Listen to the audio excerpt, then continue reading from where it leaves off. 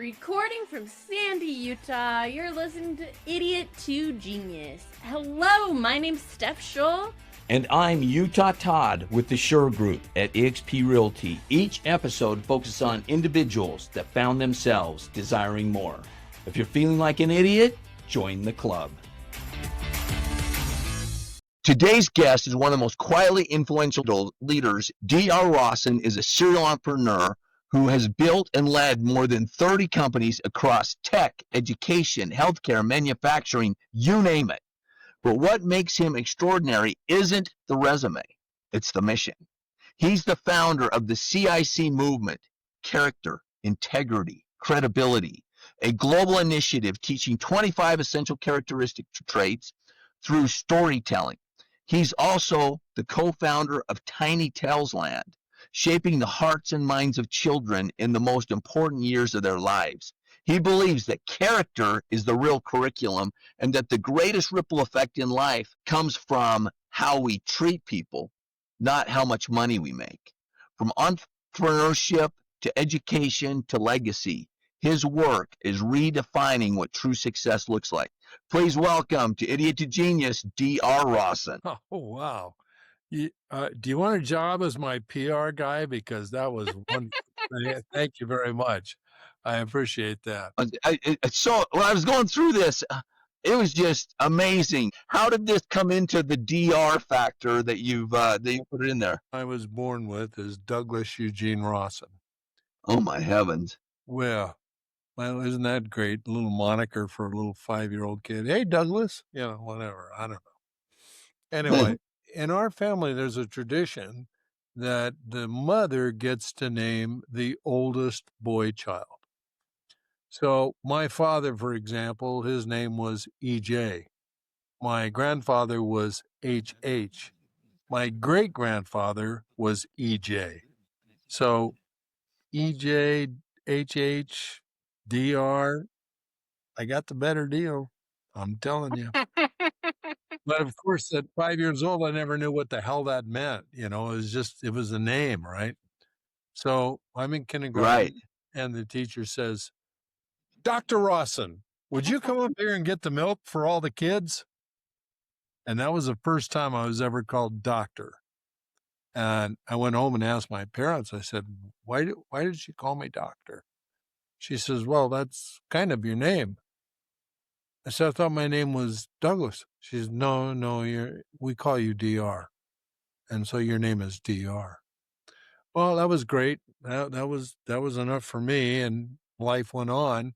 Then I went to Vietnam, and while I was in Vietnam, both my parents died.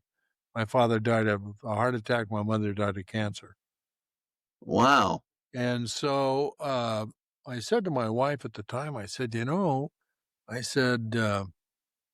I've used DR on contracts and all kinds of things. I said, I'm going to have my name changed legally to DR. And that way, every time somebody calls me DR, I'm going to be thinking about my parents. Oh, that's awesome. That's awesome. So now you know the full scoop.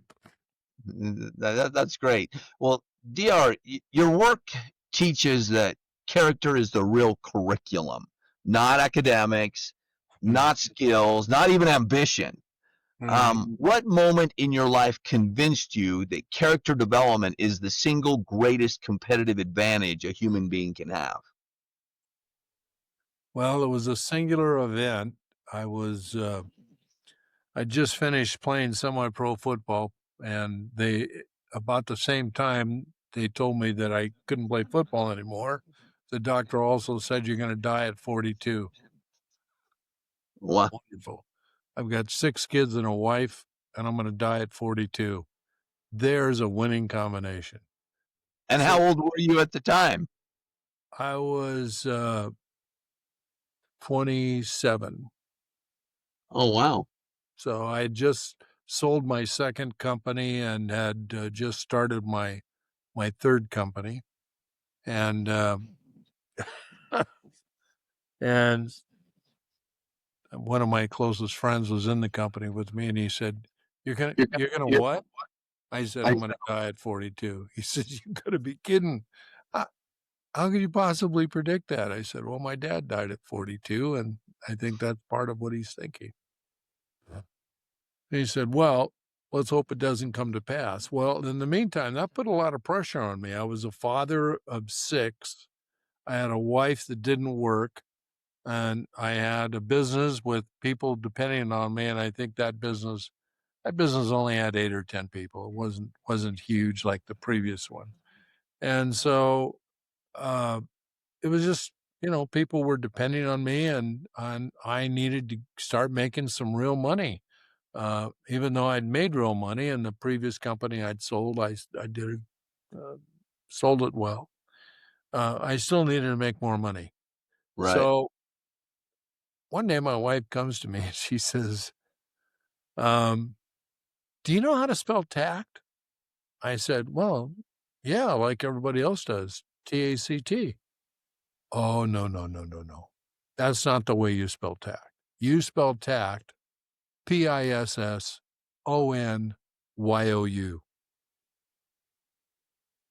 I said, what?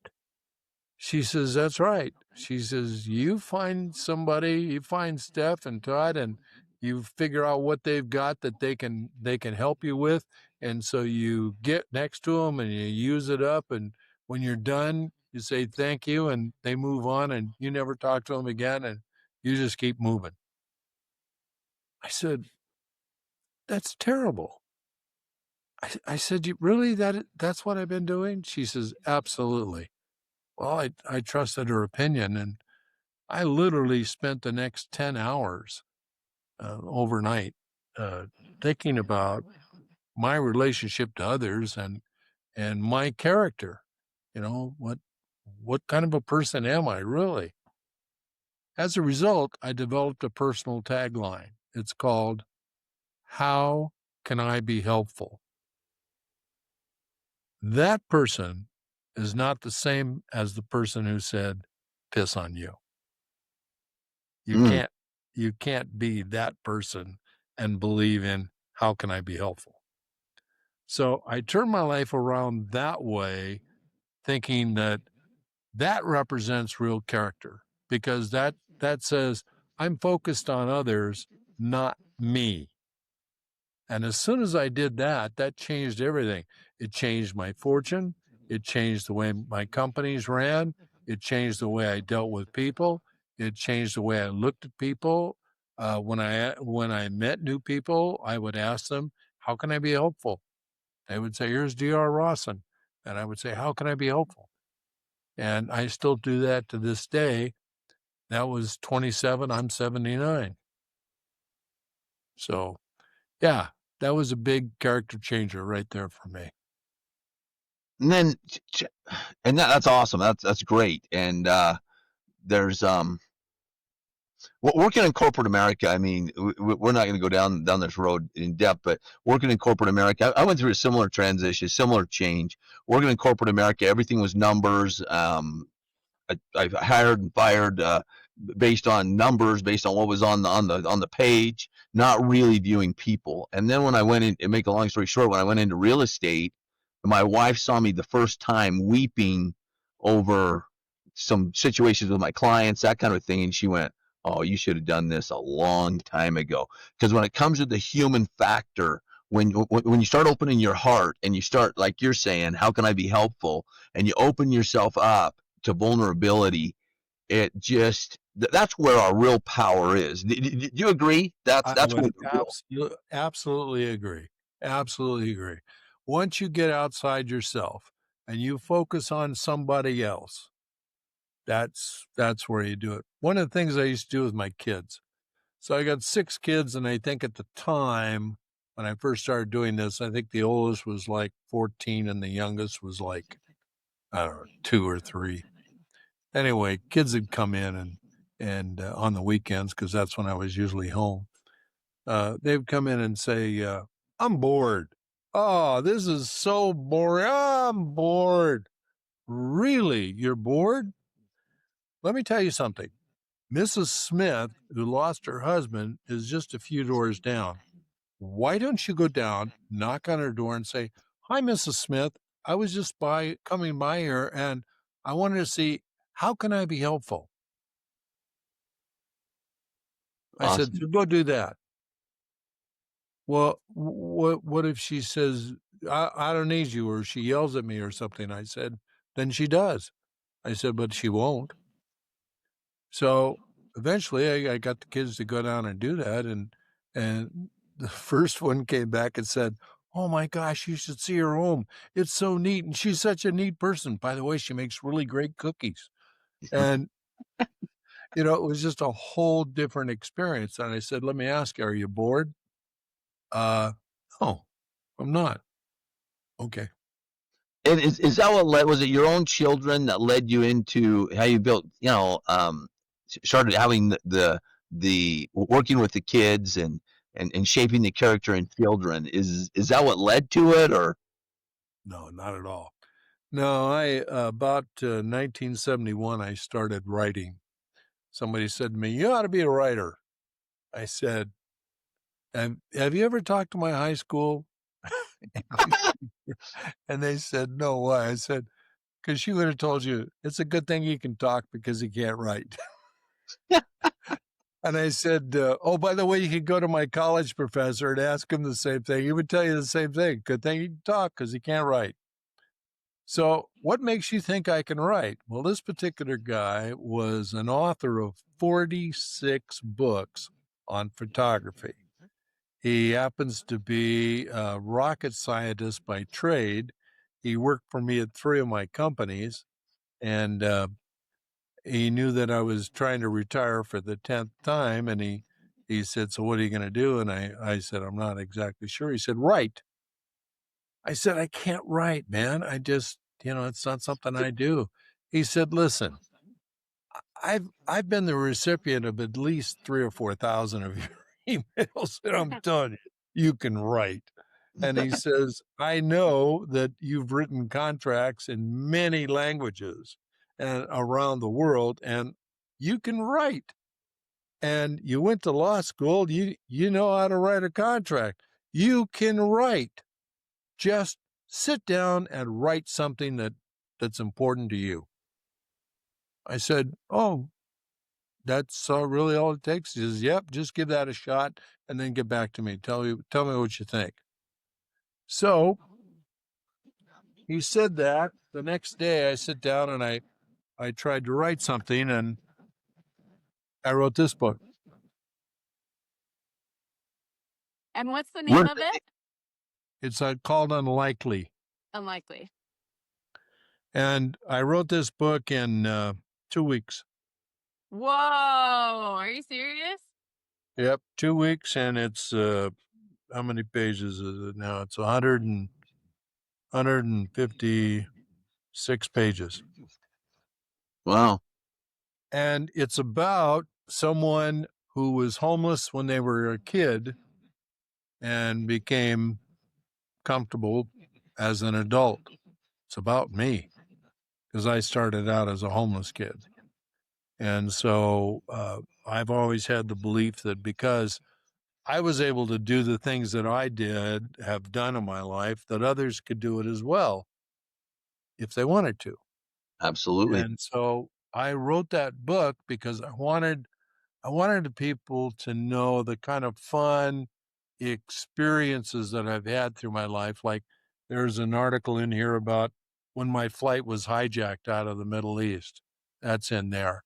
There's a story about having dinner with the king of Saudi Arabia, and me thinking, while I'm sitting next to him, he's sitting to my immediate right, and I'm sitting to his left, and I'm thinking to myself, I was a homeless kid. Why would a king want to sit with a homeless kid? And then I had to remind myself I wasn't homeless anymore. I was actually president of an international oil company. So, just the juxtaposition of all that created so many circumstances that just made me say, wow, not only how lucky am I, but others could do this too.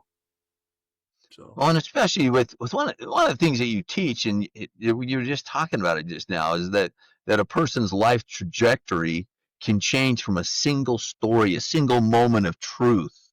Oh, right. And Absolutely.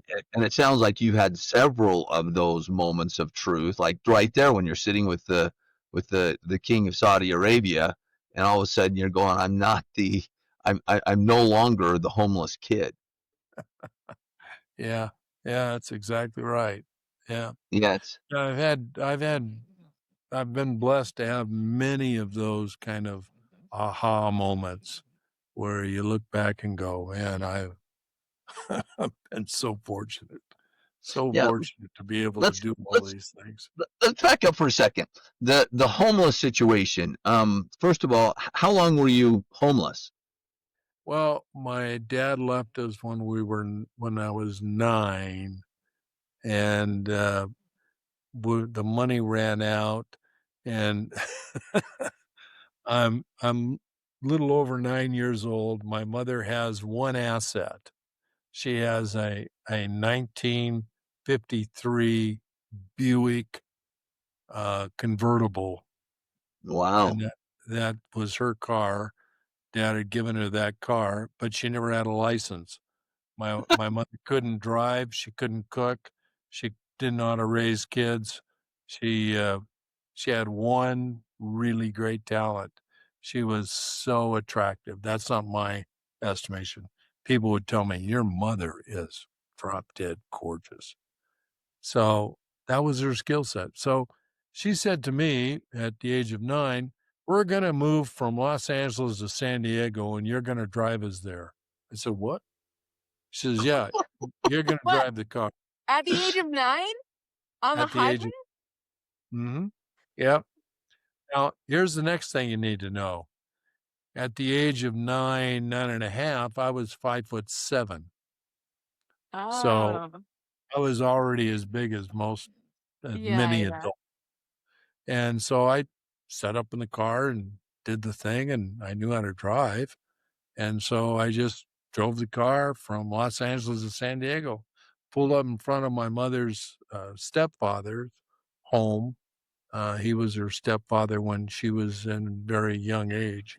So she always loved him the best. And so we pulled up there and no place to stay. And so he and his new wife very kindly said, "Yeah, you can stay with us for a short bit."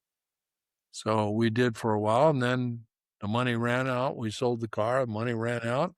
And so we lived in abandoned homes. At 9 and a half, I was foraging food behind an Italian restaurant. And little Italian guy, the stories about little Italian men, right? So Right. this comes out, I swear he's not even 5 foot tall. He comes out, he stands on the stoop on the back, and I'm in this sea of galvanized trash cans with food in my hands in a bag, and I'm just putting food in there because you can wash Italian food off and you got a good meal. So he walks out and he says, "Hey, what are you doing?" I said, "Well, I'm collecting your food. You get the best food around, and my family's homeless, and so I'm feeding them this food." He says, "You're not feeding them my food. Put the damn food back. Go get a job." I said, "Well, sir, it's funny you should mention that." I said, "All day today, I walked up and down El Cajon Boulevard in San Diego, and there were 3 people that wanted to hire me, but as soon as they found out I was 9 and a half, they said they wouldn't hire me." He paused for a minute and he looked at me and kind of quizzical, and then he said, 9 and a half. Can you wash the dishes? I said, "Yes, sir, I can wash dishes." He said, "You're hired, and I'll provide food for your family. You get 3 meals a day from me for your whole family. No questions asked. You just take the food and go home with it." I said, "Really? Yeah, okay. When do you want me to work?" He says, "Are you in school?" I says, "Yes, sir, I am." He says, "Well, when school get out?" I said, 3:30. He says, "Okay, you be here promptly at 4 o'clock, and you work a 4 to midnight, and I'm working you 7 days a week." I said, "Sounds good to me." So that's what I did. I worked 4 to midnight, 7 days a week for, well, till I was 12 and a half. Wow.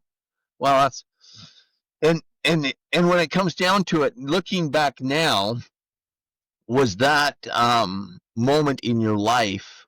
Was that were you a victim, or was that a blessing? Oh, it was a blessing. I was not a victim. No. First of all, the idea that I would work that many hours didn't bother me. When I was 5 years old, we lived on a ranch in San Diego, and we had 2,000 rabbits. We had a little more than 100 chickens and a little more than 100 turkeys and 4 very mean ducks. And at 5 years old, I had to go out and feed those guys before I ever went to school. So I was used to working. Okay. Right. I just want to ask, because, like, first off, did you have siblings? And second, like, to be, like, looking in the dumpster for food, were you relieved to know that you had 3 meals a day of good food to, like, eat with that? Was that, like, a relief for you that needed was met? Huge relief. Yeah, huge relief. Because sometimes I'd go to his trash cans and there wouldn't be food in them because they just dumped them, so now I'm looking someplace else for food. No, that was a huge relief. And yes, I do have siblings. I was responsible for my mother, my brother, and 2 sisters. Oh my So gosh. it was 4 kids.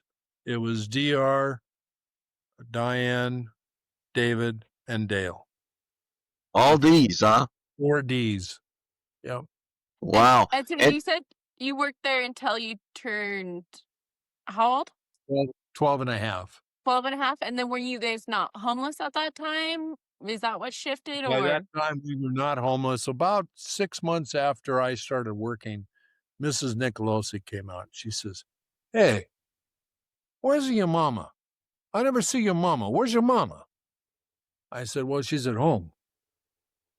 What does she do? Does she work? What does she do? I said, "Pretty much nothing." "What do you mean she does nothing?" I said, "Well, my mother was raised like a prima donna. She never learned how to work. Her parents wouldn't let her work, wouldn't let her earn any money, and she was just treated so royally. And my father put up with it. And so she just doesn't know how to work." "I'm a teacher how to work. You send her down here. I'm a teacher." So my mom goes down there and she goes in and talks to Mrs. Nicolosi. My mother comes out. She says, "She offered me a job. She's going to teach me how to be a waitress. And did you know they get 5% tips?" I said, "Really? That's pretty amazing. Do you know how much 5% tips is?" I said, "Yeah, Mom, I know how much that is." Wow, that is incredible. Now, the other thing my mother had going for her is she could talk to doorknobs.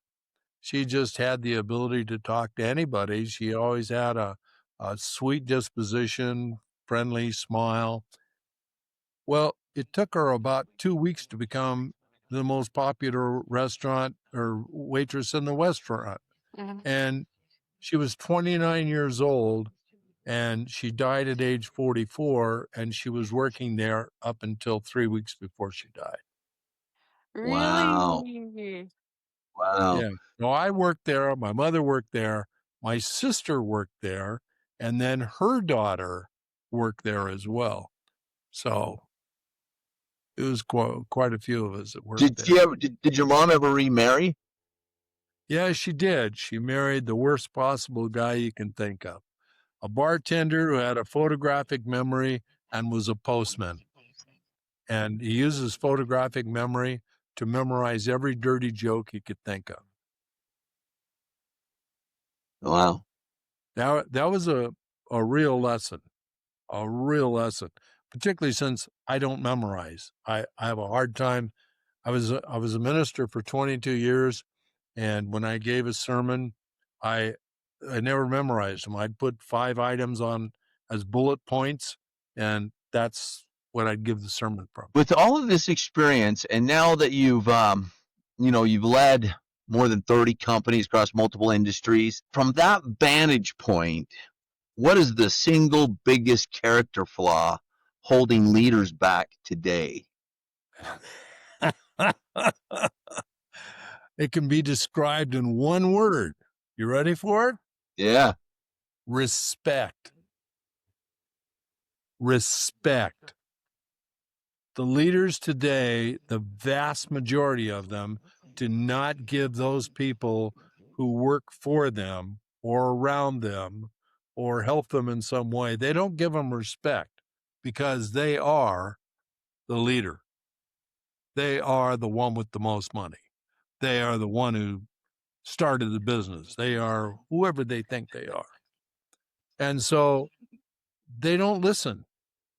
Respect is best shown by listening, and they don't listen. So what happens? Well, the statistic is that there's a total of almost $3 trillion of productivity wasted in America because employees think, why should I? Nobody cares. No, they owe me something, so I'm not going to do this. It's that simple. As opposed to the leader saying, what do you think the problem is? Where do you think we can improve? What And could yet, we do better? as John Maxwell would say that what you're saying is, I can totally see it now that you mention it. But then John Maxwell would point out that it's respect. In other words, it's power or leadership by position, not by any other positive attribute, which is the weakest form of leadership you can possibly have, quite frankly. It's totally the worst. It's leadership by position. That's exactly right. Or title is another way to say it. Leadership by title. I'm the president. I'm the CEO. I'm the supervisor. I'm whatever it is. And so therefore, you must follow me because I'm the guy that's in charge.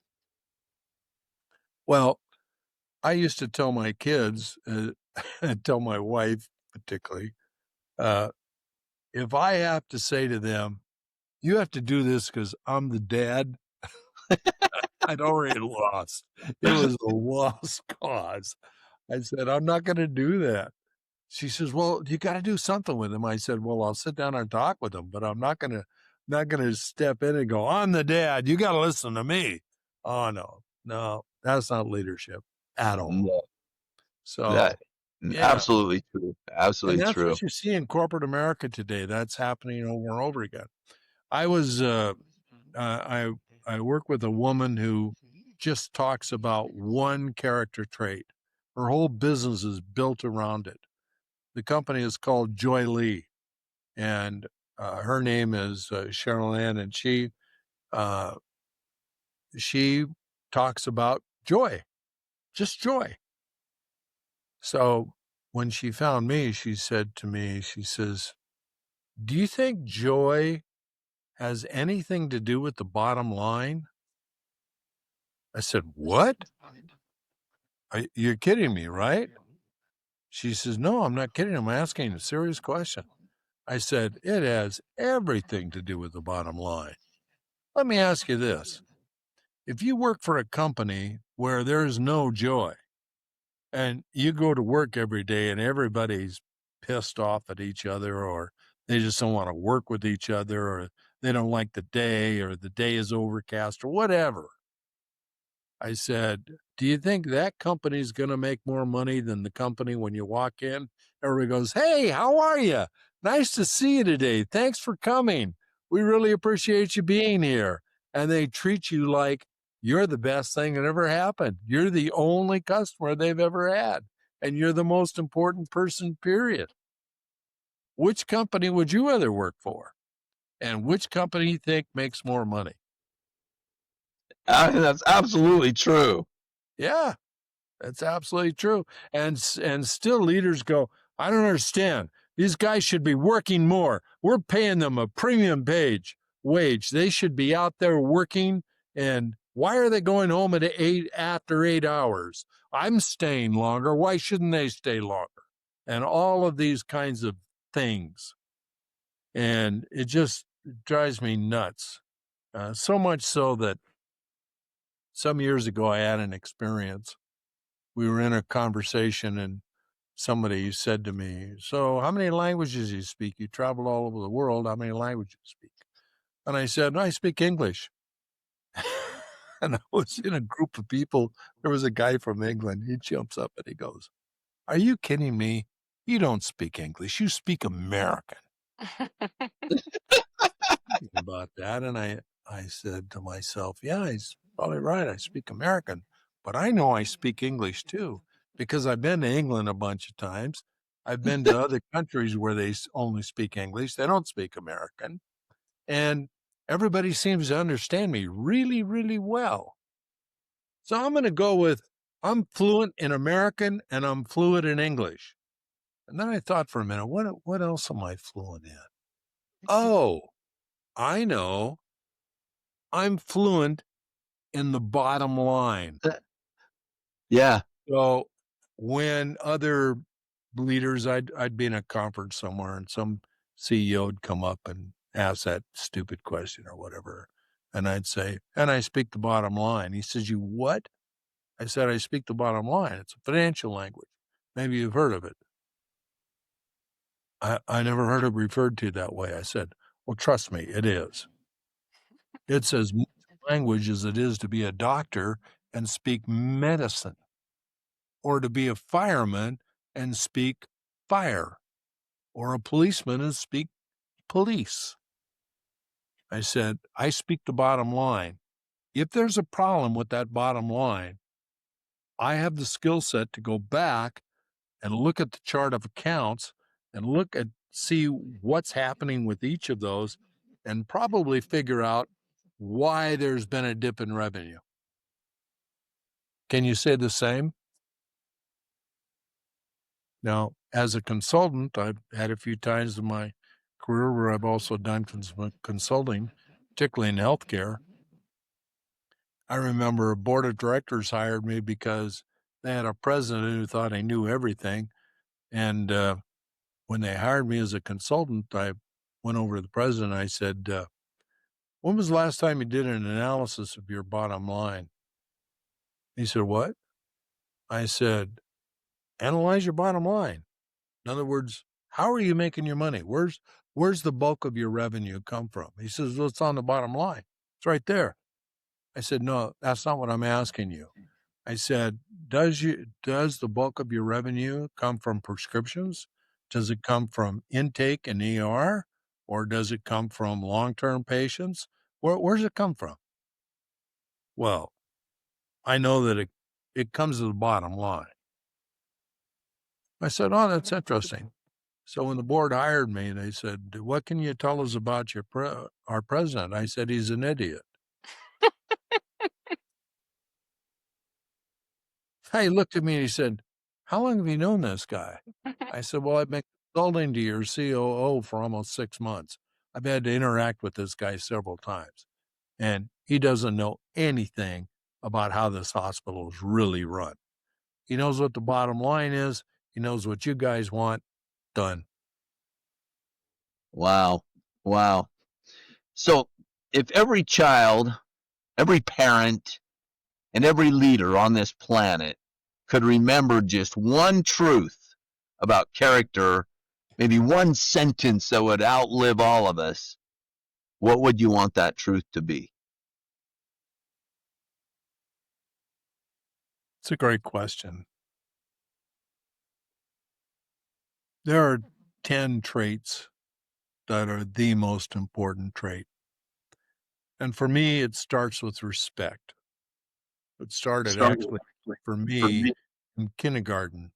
Um, if the teacher didn't get respect, it was absolute chaos. And I had hoped to do a TED talk by now, but I still haven't been able to get that done. And one of the lead questions was this: let me ask you what life would be like in our society if everyone that you met and interacted with understood respect and practiced it. Would our lives be better or worse? Yeah, for sure. 100% better. Now, you could say the same thing about responsibility. You could say the same thing about love. You could say the same thing about resilience. You could say the same thing about kindness. You could say almost everything everything that is in the top 10, you could say that about. And it's just that important that people understand that. But I would say respect. If I mean, I don't want to get too political here, but if certain political leaders, for example, just offered the American public a little respect, how much further would they be able to go as opposed to the way they're doing it now? Yeah. I think a Um, lot further. Yeah. yeah.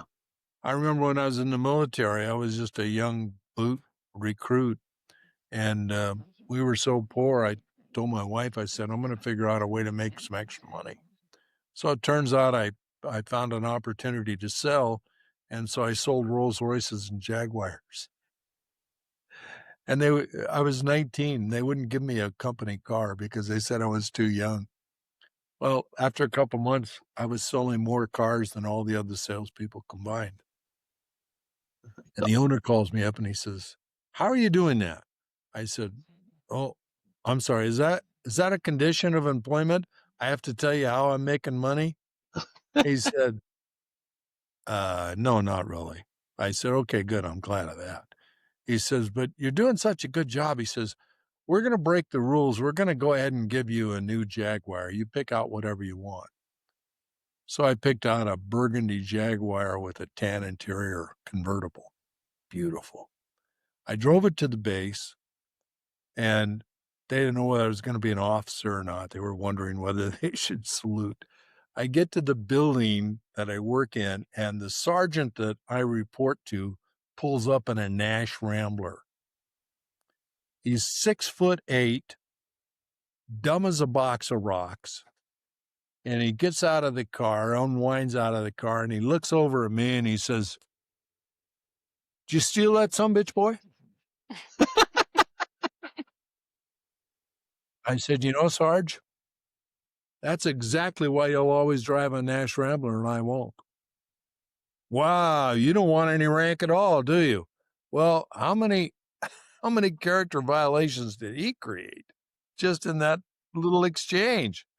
And Right. that, in fact, that single exchange is what told me I want no part of being a lifer in the Air Force.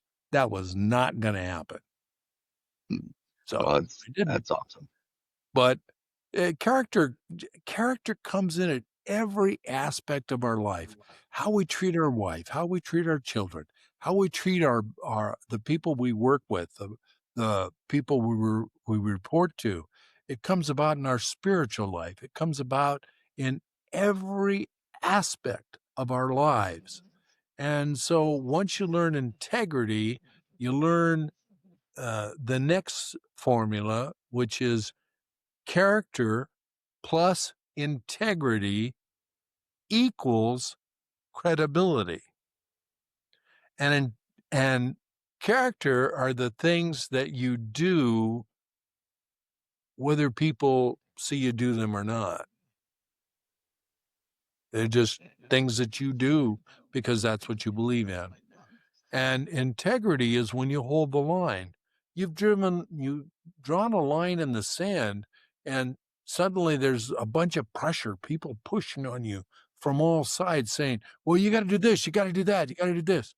And so you bend to that pressure and make a decision. It's going to cost you or it's going to cost somebody else, but it costs your integrity. That then, as others witness that, affects your credibility. So character plus integrity equals credibility. And credibility is not assumed, it's assigned. And it's usually what people say about you before anybody ever gets a chance to meet you. And people pick it up just right away when you meet with. Yeah, I mean, when you meet people, it's just something that I think people have learned to to pick up on, or to be able to get a feel something's not right here. But final question: is there such thing as toxic empathy, to where you're just not, because all these things you're talking about, I agree with 100%.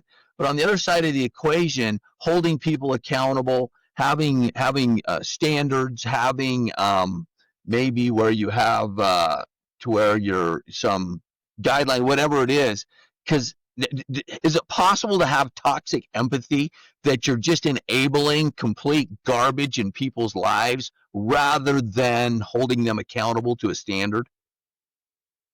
Well, I don't know that toxic empathy is really a thing. I think is it possible to be a toxic person? Yeah, it is, but that's not empathy. Empathy is when it's a character trait, and when you can identify with somebody else who's having a really bad day, or they're sick, or they're going through an experience with their spouse or with their children or at work, and you identify with that, that's empathy. When you say toxic, when you're talking about the person that says, "Oh, you're never going to get this. You're not going to be able to do that." I think that's what you're talking about. And that No, person is very what I'm really referring to is it seems like in the world today, there's the race to the bottom. There's so many people that want to be victims, and they want to go down that road and be a race to be the biggest victim. And there's others, and I see this in the parenting anymore, is that they enable that bull crap, to be honest with you. They enable it, and they think they're being empathetic, that just accepting that, hey, this person says I'm whatever it is that they're dealing with, whether they're dealing with drugs or they're dealing with whatever the issues of their life are, and they just embrace it rather than saying, come on, get your act together, and you know what I mean? Hey, no, that's not going to happen in this household, and this is the way this is going to go. And I consider that toxic empathy. But do you even believe in what you're talking about with these character traits and everything else? Do you even believe that exists? Is there such thing as being overly empathetic and not holding people accountable to a standard? I still don't think it's sympathetic. I think there's such a thing as not caring enough so that you would actually sit down with someone and explain, this is the cause and effect of what you're doing. Okay. I agree 100%. Here's a good classic example. My oldest son was 5 years old, and my wife still had not taught him to do any responsibilities. Wash the dishes, take the trash out, make his bed, anything. So I said to her, I said, don't you think it'd be helpful if he learned some responsibility? Why does he have to know responsibility? I said, well, because he's a human being and you got to start sometime, and he needs to know what he's responsible for. So why don't you start him with just one chore, just have him take out the kitchen trash. That's it. Every night he takes out the kitchen trash. Absolutely not. He's too young. Now, see, she wasn't empathetic and she wasn't toxic. She was, quite honestly, if we're being honest, she was stupid. But she just didn't know. And she did that with the kids constantly, and it took a long time to fix that. But anyway, and she's passed, by the way. So she didn't understand. And it was partially because she had never been held to any of those standards at all. And so it made it even worse. And one of the things you didn't ask, but I want to tell you, is where this idea of character really came from. I guess you did, but I answered it differently. I told you about a singular event, but let me tell you about another singular event which really nailed it for me even before that point in time. When I came home from Vietnam and my parents were dead, and I then had to raise my brother and my youngest sister. My grandfather, who lived several thousand miles away, calls me up and he says, "Well, DR, I'm really sorry about my son and your mother. I'm sorry that you've lost them at such an early age." But he says, "I know you're going to be raising your brother and sister." And he says, "I'm going to tell you that at your age, you're not going to be able to do this successfully unless you get some help. And I'm going to help you." I said, "Grandpa, you live several thousand miles away. How the heck are you going to help me?" He says, "Well, very simply." He says, "Every time you have a problem with your wife, your business, the kids, whatever it is, whatever life problem you've got," he says, "I want you to call me and I'm going to give you the principle upon which you need to make that decision to solve that problem." I said, "You can do that?" He says, "I absolutely can." He says, "Now, I'm never going to give you the answer, but I am going to give you the principle." I said, "Okay, well, we can start there, see how that goes." For the next 25 years, I would call him and I would say something like, "I got a machinist in the shop who does so-and-so, so-and-so. And at this point, I'm about ready to," and he would say, "Okay, hold on, hold on. Let's apply this principle. Remember that principle?" "Yeah, okay. Let me think about that." So I'd think about that. I'd understand the principle. Then I would go up to the person and I would explain the principle. And I would say to him, "And the answer to this is this. Now, if you don't agree, you've got options as well. But as the employer, that's the only thing I can think of is to be responsible, use a well-known principle to make this decision. And that's the decision I've made." Invariably, they would go, "Wow, oh, okay, yeah, I can do that," because they recognize the wisdom of it. So my grandfather did that for 25 years till he passed. And he taught me some great things. So I became a very principled person at a very young age and understood how to apply principles and values to circumstances for a better result. That's awesome, and it's great that you listened and that you took the wisdom of the previous generation and put it into your own life, and as you said, became a principled individual. Well, here, idiot to genius. Idiot to genius is when the individual right to fail unleashes the unlimited potential to succeed. In summary, it's called freedom. Okay. Yeah, everybody's got a right to fail, that's for sure. And everybody tries to prevent it. Everybody wants to take away the person's opportunity. We have the right to fail, and that's how we succeed. And everybody wants to end that fail part. No, you can't end the fail part. You can't. You No, want to embrace it. no. Yeah, So, so if we have any empathy at all, we look at somebody and go, oh my gosh, I have to save them. look at They somebody. can't fail. They need money and they need to have this, and they need to have that. They can't fail. That's not the approach. That's never the approach. The No, approach is to show a better way and to show the benefit of a better way. You know, one of the things that I've been as a CEO for all these years is you really become the best salesperson in the organization, right? So people say to me, "Well, you're a really great salesperson." I said, "I don't have any clue how to sell." What are you talking about?"